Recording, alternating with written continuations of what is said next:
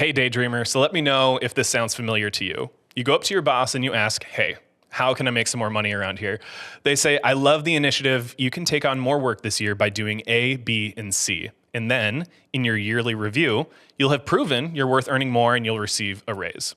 Over the next year, you do A, B, and C, and just to be safe, you also actually do X, Y, and Z.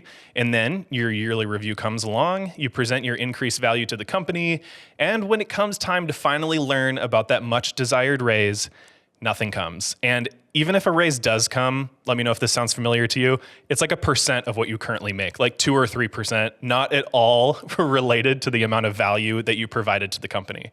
This is exactly what happened to me, and it's probably happening to you. You know, we live in an employment system where no matter how much or how little you work, most employers just need a person in a chair 40 hours a week. Now, keep in mind, I did say most, not all. So if this is rubbing you the wrong way and doesn't sound familiar to you, this episode just might not be for you. So in this episode, we're gonna cover how to ditch your dead-end day job and start living your own daydream. Let's jump into it. Hey, I'm Asher James, and in this podcast, I'm going to guide you to all of the tips and mindset shifts that you need to get you out of your dead-end day job and into living your own daydream. I'm so excited that you're choosing to show up for yourself today and to learn and grow as an entrepreneur. Now, let's dive into the episode. All right, so what's up? I'm excited that you're here and that you're listening to our very first episode of the Living Your Daydream podcast. I'm Asher James, and I'm your host. I'm a photographer, filmmaker, co-work owner, shared studio owner, now podcaster, and a whole bunch of things. And I think something that I've heard recently that I really like is to just say that you're a serial entrepreneur. So here we are. What I love about business is that I get to essentially show up and just play and create every single day. And my goal here in this show is to provide you with positive and inspiring content that's going to help you achieve whatever you're daydreaming up and to actually start living that daydream. So in today's show, we're going to go over how to ditch your dead-end day job, or maybe you're actually already self-employed and you're living what you thought would be your daydream, but maybe you're waking up with dread every single day. So what I want to do is I want to help you deconstruct what your actual goals are. I want to help you realign with what you're actually passionate about and basically chat with like how you can show up every single day without the dread and to start living the life that you've been dreaming of. So in today's episode, we're going to break this into 3 different chapters. Chapter 1 is going to be where we're going to talk about the lie that we're all told about employment. I know, very spicy.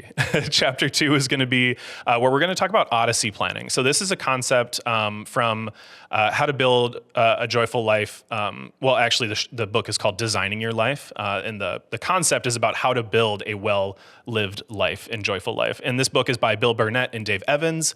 So super excited for Chapter 2. Then we're going to wrap things up into Chapter 3 with some actionable tips. We're going to talk about planting seeds and how to prep our businesses for harvest. So with that being said, let's jump into it. So what is this lie? What is this lie that we're all told about employment? Well, let me know, again, if this sounds familiar to you. We're told that if you work hard, opportunities will just find you, right? You'll simply arrive at success. You know, you're going to graduate high school, you're going to go to college, you're going to graduate college, you're going to get a job, you're going to get married, you're going to settle down, have kids, retire, and then you die. And that is the life cycle that we're all told when it comes to at least living in America. Like, I think that work is really glorified, especially being employed, you know, reaching that retirement, putting in your hours, you know, being gritty, you know. We're just told that this is what you're supposed to do, and this is what's supposed to make you happy. But in my experience, here's what actually happens. You know, you graduate high school feeling pressured to know exactly the one thing that you need to do for the rest of your life. You spend $100,000 to go to college because that's what you're supposed to do. You graduate college with a degree that's promised to get you a solid job and pay you the bills, and pay your bills. But then all of a sudden you graduate and you enter into that workforce, if even that. And so many of us feel like we've had the rug pulled out from under us. We're no longer surrounded with people telling us how special we are. And more often than that, we feel overworked and underpaid. So again, let me know if this sounds familiar to you. I just want to let you know that you're not alone. In America, about 2/3 of employees are unhappy with their job, and about 15% actually hate their work. I think that there's a lot of stigma around this, especially with all the rhetoric out there about, quote, people not wanting to work anymore. So you may feel this, and it's so easy to feel shame for this, shame for doing what you thought you were supposed to do, shame for not following your dreams in the first place, shame that you are, currently at a place in life that you didn't think you'd be at. Like maybe you wanted to be a little farther along than you are right now. So I'll come back to this in a little bit, but now I just want to share a little bit with you about my own journey. So in 2014, I graduated high school and started college. And I'm not at all trying to put down my college experience at all. I loved college, and I think that it did a lot of things for me. But I just wish that I had more of a conversation around what some of my options were out there, right? Because I've always been kind of that like non-traditional creative person. Like I was okay at school, but it was never something that like I knew exactly what I wanted to be doing in my life. So I was super driven to work hard. Like that just wasn't the case for me. But anyway, so I started school, and in 2014, that same fall, starting in college, I actually had a friend from high school that was getting married, and he reached out and asked if I would shoot his wedding. And I had been doing like, silly YouTube videos, and I had been, taking pictures on like, family vacations or trips or at school or whatever it is. So I've never really done anything professional. And the fact that like you could do something professional and get paid for it with a camera, being creative, was like a completely new concept to me. Like I thought that was only something that people that made, Nike commercials or people that worked in Hollywood could do, So over the course of the next few years, I shot his wedding, I shot a couple more. And between 2014 and 2017, I'd shot about like 8 wedding videos. And at the time, I knew nothing about business. I was a kid. I was like 18, 19 years old, shooting these weddings on like a Sony Nex 5N, for any of you that know, one of those like original, crop sensor mirrorless cameras from Sony. And all of this, not knowing business, not charging enough, being in college, using all of the money that I made to just put right back into beer money, being a silly, broke college student, led to burnout, obviously. I think all of us have a similar story in our first few years of business. And so this was probably around my junior year of college at this point, where I decided to pivot and I stopped shooting weddings. I finished editing the videos that I had still to do. And I ended up kind of turning to a different passion of mine, which was working in higher ed. And I had come to love this by working in, our Welcome Week programming and our orientation programs. And this was something that like serving people and just like helping people achieve their dreams was something I was super passionate about, which is kind of super meta that now I have a podcast called Living Your Daydream. But truly just like helping serve people and guiding them to what they're actually passionate about, finding maybe a degree program or an activity or something that they love doing to help form them as a young person in college. Like working in higher ed was this amazing opportunity, this amazing thing that I really went all in on. So after graduating college, I eventually kind of weaseled my way back to the university that I graduated from, and I got a job in admissions. And I got to do exactly what I was dreaming of. I got to travel around to different high schools and chat with students about what they're interested in and talk to them about college and all of this. And one of the things that really lit me up the most was when I was talking to other creatives, other people that maybe said they have no idea what they want to do. And I asked them like, well, what do you like doing? And they're like, well, I like taking photos. I've taken some photos of my friends and this and that. And I was like, dude, you have no idea how many opportunities there are for you out there. So I really started to think about like, hey, is college for everybody? And I started to think more and kind of doubt more about what I was doing in my job. And I don't think that college is inherently a bad thing, but something that I wanted to do was more. I wanted to help provide people with more opportunities and ideas and conversations and dialogue of what you can do as a creative, as an entrepreneur, right? So as this was all happening, I started to think like, well, okay, what's next for me? And I was like, hey, how can I make some more money around here? How can I take on some more responsibilities? And based on the beginning of this episode, you kind of know how that all ended. And the biggest thing that I learned was that no one else is going to value me the way that I can value me. And I think that was one of the biggest lessons that I learned in entrepreneurship and in creativity and in business in general, is that trusting yourself and putting in the work to maybe not get paid right away, but to have that deferred gratification, that deferred revenue where you build something and that something can then eventually impact people in such an incredible way. And then that can pay you back in value, but not just exchange hours for pay. Like that was something that was super, intriguing to me. And so one of the ways that I thought of like, how can I get here? How can I, start to get more into this industry? I was like, well, I should probably pick up my camera again and start shooting. And I didn't really actually start shooting with the intention to become an educator. I started shooting because I wanted to break out of the employment cycle that I was in, right? Not being paid enough, living paycheck to paycheck, trading in my time for money, being overworked and not having enough time to enjoy my life. Like the biggest thing that I wanted to do was to be able to get married and to buy a house and to live this life that we've been told everyone deserves and should have, right? But it wasn't happening for me. So I decided to take things into my own hands, and I was like, you know what? I'm going to start to build my own thing. I'm going to pick back up the camera. I'm going to start shooting, and I'm going to post and see if there's anyone out there that is getting married soon that would allow me to shoot their wedding. Now, I'm getting a little bit ahead of myself. I'm going to talk more about that in the second chapter on planting seeds. But one of the biggest things that I did, this was like in 2021. So we're just kind of like, the vaccine has come out. We're coming out of this pandemic, and all these opportunities are starting to open back up in my eyes. And I'm like, so I'm gonna kind of turn inwards and do some self-discovery. So I started watching a lot of YouTube videos. I started reading a lot of books, listening to podcasts, and one of the books that I ended up reading was called Designing Your Life: How to Build a Well-Lived, Joyful Life by Bill Burnett and Dave Evans.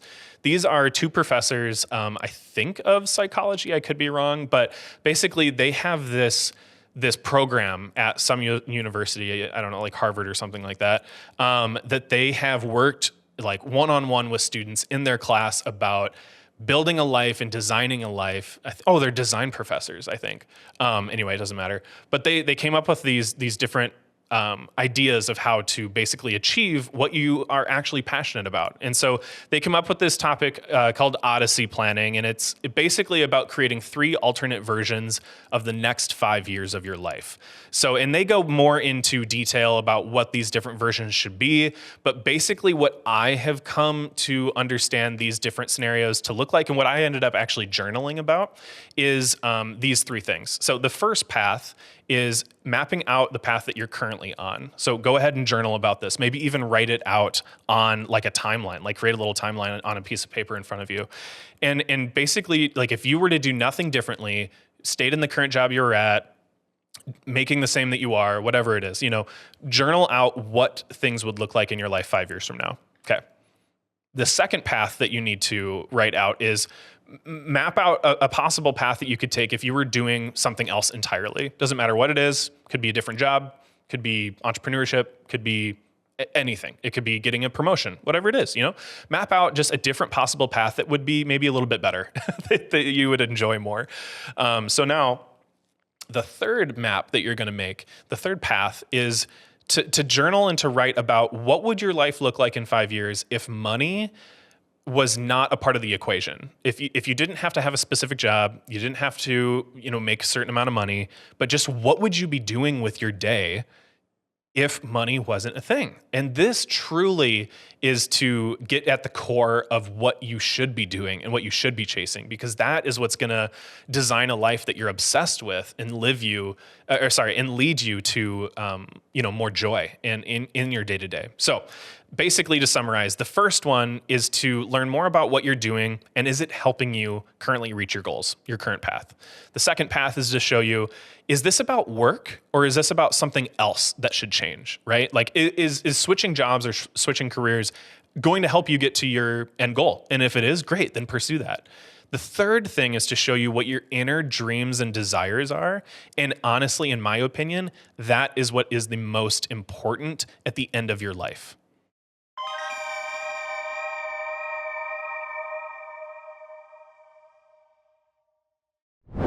Hey dreamers. So I just wanted to take a quick second to just say how pumped I am that you're here and that you're listening to my brand new podcast, Living Your Daydream.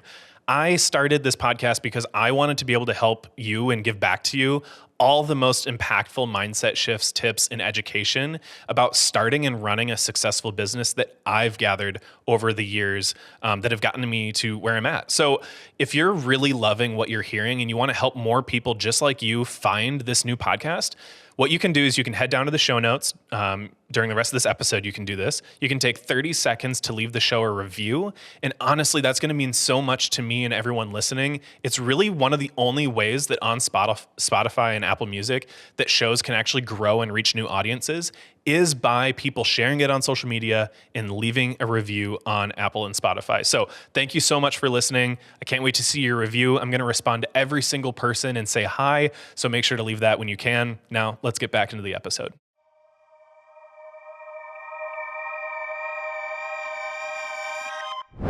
So now that you've got your 5-year plans laid out in front of you, it's time to start planting some seeds. So this is chapter 2 in this episode. And if you haven't heard the metaphor about planting seeds before, it basically refers to taking small steps towards your goals, getting started, and nurturing those goals along the way to success.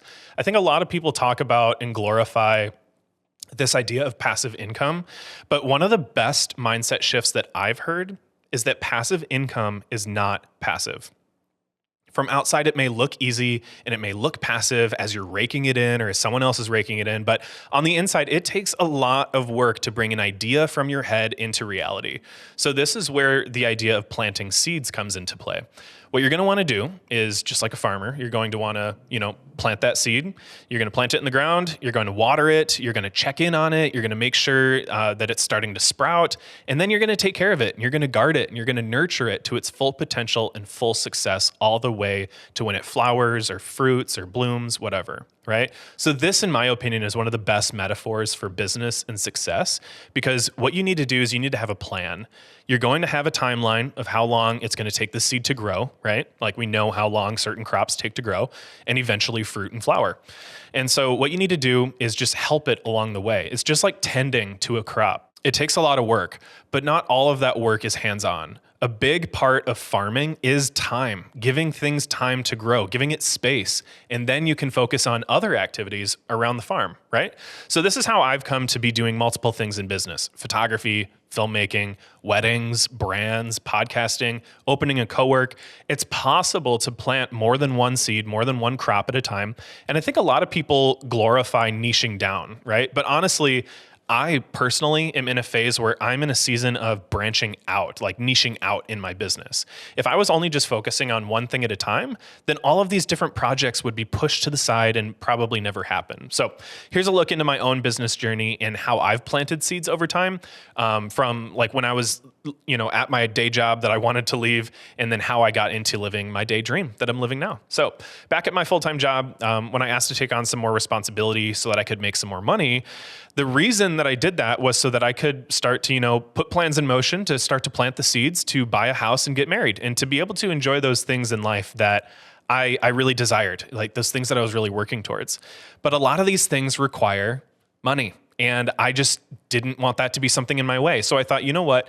I'm going to work harder at, something else on my own time and see what I can do to pursue this thing that I love and make some more money so that I can end up living a life that I'm happy with and that I'm able to serve my family and my future wife, my fiance right now. Depending upon when you're listening to this, we may already be married. We're getting married in May 2024, which is super exciting. So anyway, I did those things. I at my job, I started supervising. I took on more projects, just like I said in the intro, and started taking on some more responsibilities so that I could ask for that raise. And then when nothing came, dude, I was so defeated because I had thought that this was the way the system worked. I'm happy that I figured it out pretty early into employment, just fresh out of college and not like years down the line into my career.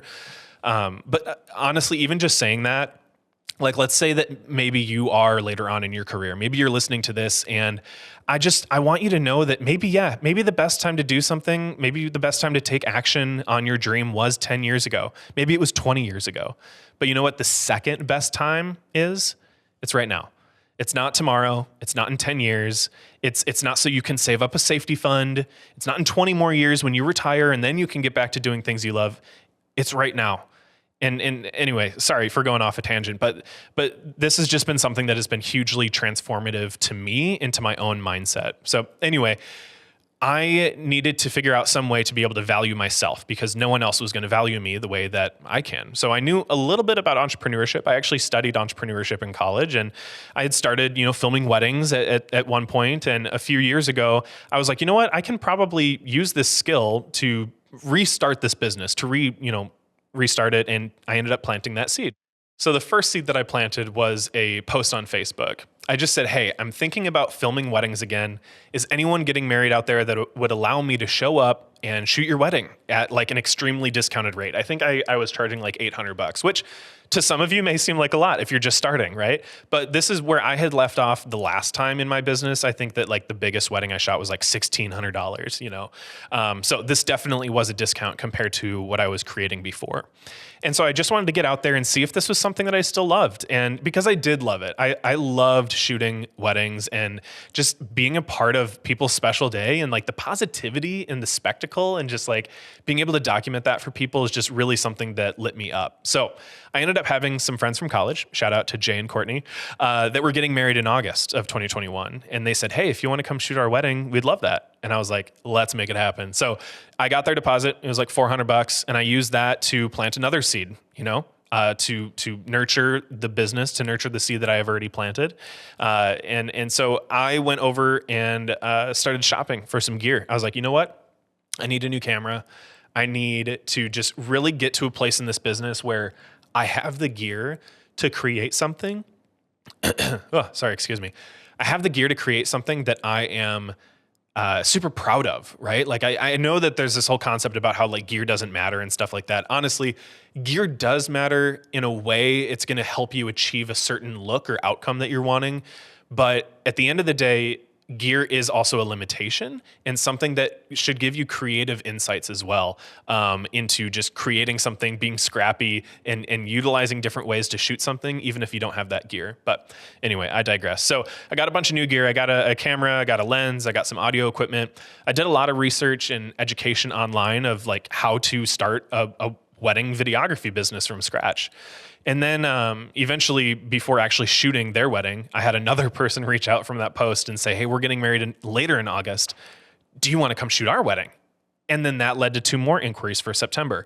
That led to another one in October. And I was like, oh my God, like this could be something that's a thing. Like these seeds that I planted are sprouting already. It's insane. So I kind of have this thing that's working. And so I kept nurturing those seeds, harvesting those seeds, harvesting that crop, putting them back into the ground, growing the farm. And this is where I realized I went wrong the first time in business. The first time I tried to grow a business, this is where prepping for the harvest and deciding what to do when your seeds actually start to flower and bloom comes into play. So when you plant your seeds, they will start to grow. Some of them will, if you nurture them and take care of them. And eventually some of them are going to be ready for harvest. And so this is the way I think about harvest. Some of it goes into your pocket. Obviously, when you're a farmer, you need to have this huge crop that you're, selling off and be able to pay for your home, pay for your expenses and your groceries, things like that, right? But the other thing is that you need to replant some of those. You need to put some of them back into the ground and recycle. You need to make sure that there's more crops that you can grow in the future. Like not everything can just go into your pockets. You can't just sell everything off, right? You can't just pay yourself everything that your business is making. Otherwise, your fields of crops are going to dry up. There's going to be nothing left to grow on the farm, right? So this is one of the biggest things I got wrong in business the first time in 2014 to 2017. Everything that I made, I just put right back into my pocket. I used it to pay rent. I used it to buy beer. Hey, I was a college student, so I didn't really know the simple fact of business and economics that you want to grow. If you want to grow, you have to put money back into the thing. You have to put money back into the business. We've all heard the little saying that says it takes money to make money, right? So what I ended up doing was everything that I made in my business this time around, while I was still at my day job, everything that I made business-wise, I put back into my business. Thousands of dollars into gear, a website, marketing, while it was not a burden on me because my full-time job was the thing that was paying my bills, right? So yeah, it took up time. Yeah, it was really hard, and I wasn't paying myself. I was working more hours than I probably should have, and I was probably working too hard. But you know what? I realized that this was a season that I knew was temporary in order to get to the outcome that I had been dreaming of in the first place, right? So then obviously as harvest comes and there's different seasons and something, sometimes you plant different seeds during different seasons. Sometimes you harvest things during different seasons. So think about weddings, for example. I started to notice that I book a lot during September and October. That is when I get a lot of my leads coming in. That's also when I'm shooting a lot, right? And so during that time, the seeds that I'm planting are marketing and advertising. I'm out in the field and I'm shaking hands, I'm serving my clients, I'm planting those seeds with their wedding party, showing them how I show up and serve people and how much fun I have and how I guide people on their wedding day. And I also ask people, in their client meetings, I plant the seeds of like, hey, what are you dreaming of for your wedding? And how can I help guide you in this process to help you achieve all of your wedding dreams? So during other seasons, I'm getting ready to shoot, I'm out in the field, I'm posting behind the scenes, and it's all just a big circle. There's all of these different seasons, and everything there's different times to plant different seeds throughout all of these different seasons, right? So the biggest thing I want to drive home here is that you can't get to where you want to be if you don't get started. You can't harvest anything if there's no seeds in the ground, if there's no crops in the first place, right? So that's our first episode. I just want to thank you so much for listening to the Living Your Daydream podcast. I'm blown away already at all of the support from you out there listening. If you're listening to podcasts as it drops, or maybe you're listening to this 5 years from now and you're coming back to our first episode, what is up? I'm super excited you're here. It's exciting to see this community light up over like positive motivation and mindset education. And really, truly for me and for our community, this is just going to help raise the tide because there's another saying out there that a rising tide raises all of the ships. So again, thank you so much for listening. Since you have listened all the way to the end, I'm assuming that you enjoyed today's episode. So thank you so much. And I do just want to ask you again to leave a review if you haven't already. Seriously, it's one of those things that not a lot of people do when they listen to their favorite podcast shows, but it is one of the biggest things you can do to help support a show that you are in love with. So definitely leave your review. I'm going to be responding to everyone that leaves a review. So I'll see you down there. And thank you again so much for listening, and we'll see you in the next one.